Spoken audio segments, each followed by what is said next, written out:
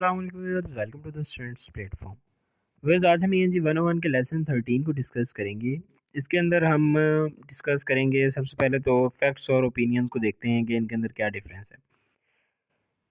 वो आइडिया जो मुख्तलिफ यहाँ से देखें आप, what is a fact. Fact कह रहा है कि वो आइडिया जो मुख्तलिफ पहली लाइन ही के अंदर इसका डेफिनेशन है।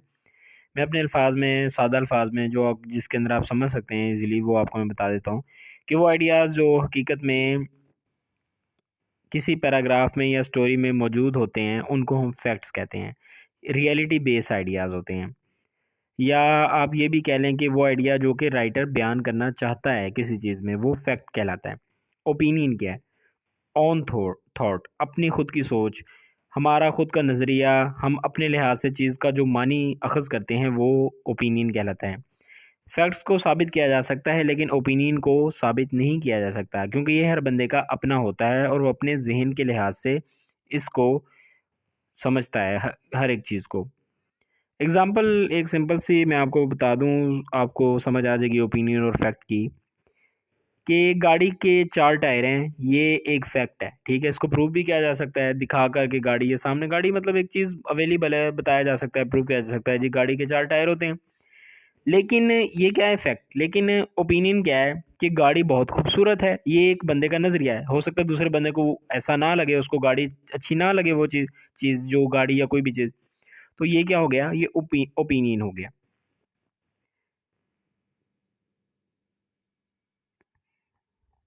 उसके अलावा यहाँ पे वो ये किसमें ये भी बात करा है कि सम मोर पॉइंट्स है। इसमें देखा था कि जो फैक्ट्स है उसको हम एविडेंस मौजूद होता है फैक्ट का। यानी कि जो चीज़ है, फैक्ट है, जो असल चीज़ है, वो एविडेंसेस मौजूद की बेसिस पर होती है, यानी कि उसको प्रूव या डिसअप्रूव किया जा सकता है। लेकिन ओपिनियन के साथ ऐसा नहीं किया जा सकता। एक बंदे का ओपिनियन दूसरे से मुख्तलिफ होता है। ए statement fact can possibly be untrue. ये वही बात यहाँ पे कि फैक्ट जो है वो ट्रू भी हो सकता है, रॉन्ग भी हो सकता है। मैं कहता हूँ गाड़ी के 3 टायर हैं, तो ये एक फैक्ट है, लेकिन ये गलत फैक्ट है। उसके अलावा ओपिनियन में भी मास्क्ड एज फैक्ट। ओपिनियन को हम फैक्ट कह सकते हैं। हो सकता है कि मेरा अपना ओपिनियन है, कोई किसी चीज़ के बारे में ओपिनियन दे रहा हूँ, तो वो एक चीज़ के बारे में फैक्ट भी होगा, उसको हम फैक्ट कह सकते हैं। फैक्ट को लेकिन हम ओपिनियन नहीं कह सकते। उसके अलावा यहाँ पे कुछ कह रहा है कि जो value words often represent opinions. Words जो होते हैं वो ओपिनियन को ज़ाहिर करते हैं, मतलब नज़रिया ज़ाहिर करते हैं। गुड, ये एक नज़रिया है। बैड, ग्रेट, बेस्ट, यानी कि ये लोगों के ख्यालात हैं। किसी के बारे में लोग इस तरह का ख्याल रखते हैं कि ये फ़लाँ चीज़ गुड है या बैड है या ग्रेट है, वर्स्ट है, बेटर है, ये चीज़। यहाँ पे इसी के डिफरेंस को बयान किया गया है फैक्ट और ओपिनियन के पूरे लेसन के अंदर। यहाँ पे कुछ सेंटेंसेस दिए गए हैं और पूछा गया है कि कौन सा सेंटेंस फैक्ट है और कौन सा ओपिनियन है। यह लिखा गया है, बताया, पूछा गया क्या गया, आपने बताना है कि जिस तरह यहाँ पे पोइट का नाम दिया गया और पूछा गया कि हॉरर स्टोरी जो है ना, ये राइटर का नाम दिया गया, पूछा गया कि जो हॉरर स्टोरीज के राइटर, फलां नाम है राइटर का। तो ये फैक्ट है, क्योंकि हिस्ट्री में जाकर इसको प्रूव किया जा सकता है, इसको देखा जा सकता है कि क्या नाम है राइटर का। अगर यहाँ पे बयान किया जाता है कि फ़लाँ राइटर की जो स्टोरीज़ हैं वो बहुत जो होती हैं वो फंटेस्टिक हैं या बहुत सस्पेंस वाली हैं, तो ये हम इस चीज़ को हम प्रूव नहीं कर सकते थे। इस चीज़ को हम ओपिनियन कह सकते थे। हो सकता है एक बंदे के लिए वो सस्पेंस वाली हों और दूसरे बंदे के लिए वो सिंपल सी स्टोरीज़ हों।